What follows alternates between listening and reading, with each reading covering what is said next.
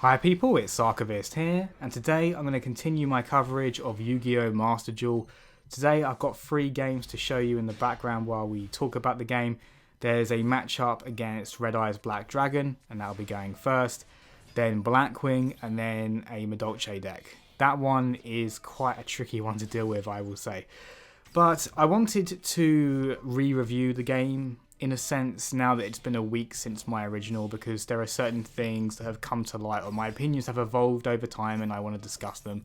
So firstly, what about the monetization aspect of this game? Because that was something where at first I was very happy that I could essentially make the deck I wanted. On the first or second day of playing the game, I was able to get quite easily a full Red Eyes Black Dragon deck and a full Blue Eyes White Dragon deck, which I was extremely happy with because in Duel Links I don't even have the ideal Blue Eyes deck, right? Like I was so happy to be able to get to it so fast. And I remember thinking, how do they make money off this game if they're being so generous? I was really excited about it. However, as time has gone on and I created the Cyberse deck, this took me a lot longer because the resources started to dry up. There were fewer challenges to complete. The solo modes were going away, so sources for getting gems was just starting to dry up. And furthermore, games seemed to be taking longer online due to combos of more challenging players being longer. So all this combined to make my third deck quite time consuming, but at least I could eventually do it. And now I'm at a point where I don't actually have another deck in mind right now, but I can certainly say this: it will take me a long time to make it.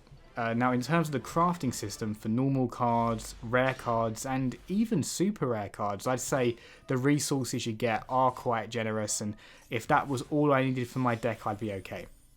And to be fair, my Red Eyes deck, for example, only has a couple of ultra rares, so I could theoretically recreate that quite quickly.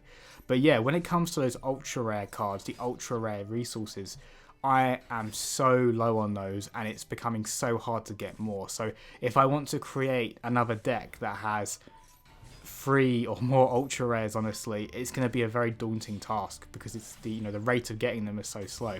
So it's that classic situation, and I did see it coming. I mentioned that I was suspicious this would happen in my original review, and as I expected has happened, where they got me in on that initial generosity, but now they are asking for you to either grind it out and get the gems, which is what I would certainly try to do, or to put down the real money.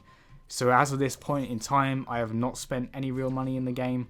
Now, I kind of don't mind the idea of spending money, let's say up to the value that I would be willing to pay for this game if it was just a regular retail game, like £40, I guess. But I'm also concerned that if I start spending money, I might set a precedent for myself and then it becomes all too easy to spend too much money. I think we've all been there with mobile games, right? If you open Pandora's box, it's difficult to close it. So I'm going to, for as long as I can, avoid spending money and see if I can grind it out and be patient. If it's anything like Duel Links, they'll have these events intermittently that will give bursts of gems, and I guess that just means we'll have to wait a few months to create new decks, which is okay. And I'm not too caught up about it because of the 3 decks I've created. I'm quite happy. My Blue Eyes deck is just a typical Blue Eyes deck, right? It's the Blue Eyes deck that most people use with the variations here and there. The Red Eyes Black Dragon deck, my favourite. I'm very happy with that. Don't see too much cause to tweak it. And then my Cyberse deck, this thing is proving to be remarkably consistent online. So at least I'm happy with what I've created.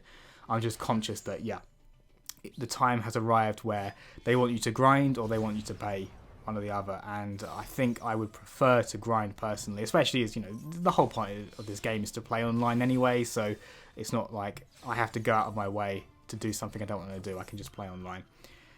So the solo mode as well, this I did find to be a little bit more extensive than I expected it to be, especially when you get to the later chapters. They go on for longer than the earlier chapters, so there are plenty of solo matches. And what I find they're great for is not only teaching you the new decks, which I talked about in my initial review, like it opened my eyes to the concept of a Gem Knight deck. I'm kind of interested in trying that at some point. But also if you've built your own deck, like the Cyberse deck I used, it was invaluable to have these solo matches to test its viability, understand the combos without feeling the pressure of that timer online. And I think over time, this will become the dominant I guess, practical use of the solo mode is not to play with the loner decks necessarily, but to create decks, and then before you take them online, you get good at them by playing offline in a controlled environment without a timer, and then when you're confident, you can go online and you can start playing. So I found it very useful for that, and I used it to conduct my tutorial recently of Cyberse. Check it out on the channel if you haven't already, because the pace of the game can go at your own rate, which is really nice. So finally, I guess, as much as I'm enjoying the game, I do have a concern, and that is that, say you want to play a deck that you've built for fun because it thematically connects with you and you enjoy the playstyle of it. For me, that was Red Eyes Black Dragon. Now, the thing is, no matter how much you enjoy a deck, if you're going up against an opponent's deck that is ultra competitive and is designed to shut down any move you might make and to potentially defeat you in a single turn, well, you've got this fun deck, but you're not even playing it. It's not just the fact you're losing, you're not even getting a chance to put up any kind of defense against your enemy here, which has the effect, and I will admit it's done it to me, is I tried my Red Eyes Black Dragon deck, for example, while I was in Platinum League, and I dropped down to Gold because I just could not compete. There was no way I could do it. The decks there were blocking me completely. So I ended up switching back to Cyberse, and everything immediately became a lot easier. It's a more technical deck, but it's a far more versatile deck. And I've got no issue with that because I do like even the thematic element of Cyberse. I don't have the nostalgia connection to it, but I like the theme of it, I like the design of the cards, and I like the way it plays a lot. So I'm not too bitter about that, but my concern is that over time, even the holdouts, even the people who want to play for fun will eventually go, well, look, it's not fun. Like, this is, I'm not getting a chance to even react here. And you go one of two ways after that. Either you just quit the game and don't play anymore, or you think, well, if I can't beat them, join them.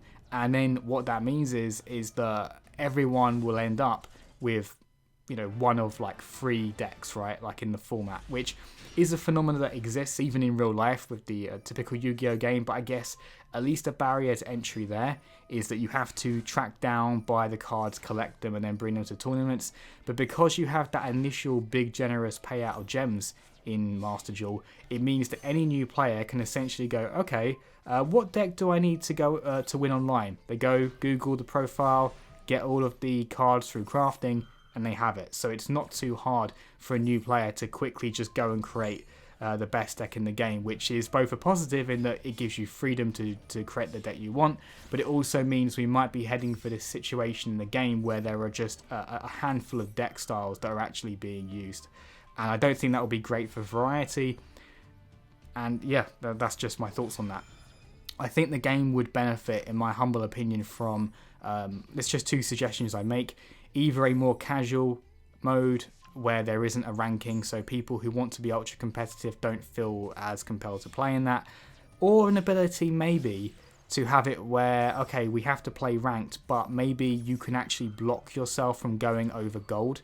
So it would be a bit of a bad move to say block yourself from anything, because then really good players could stay in bronze and just bully new players, which obviously that would not be okay. But gold, I think, is a good balance between decent players, but also you don't have too much of these just crazy optimized meta decks. So I think that would be quite nice. And yeah, there is the argument of abuse there. If someone was really good in using a meta deck and now they stay in gold, maybe if platinum wins give you a sufficient reward amount, then it means that competitive players will be they just don't want to do it. But those who want to have fun could stay in gold. Maybe there are some downsides to that, but it's just something I think would be worth considering. But yeah, so those are my thoughts a week later on Master Duel, and I'm excited to hear that it should be imminently arriving on smartphones in the UK. I think it's already available in some countries, so when that happens, I'd definitely like to cover that, talk about if it's as good as it is. Well, for me, I'm playing on Xbox. I'm sure a lot of people are playing on PC, but is it as good as the home experience, the mobile experience? So, as always, people, thanks very much for watching, and see you next time.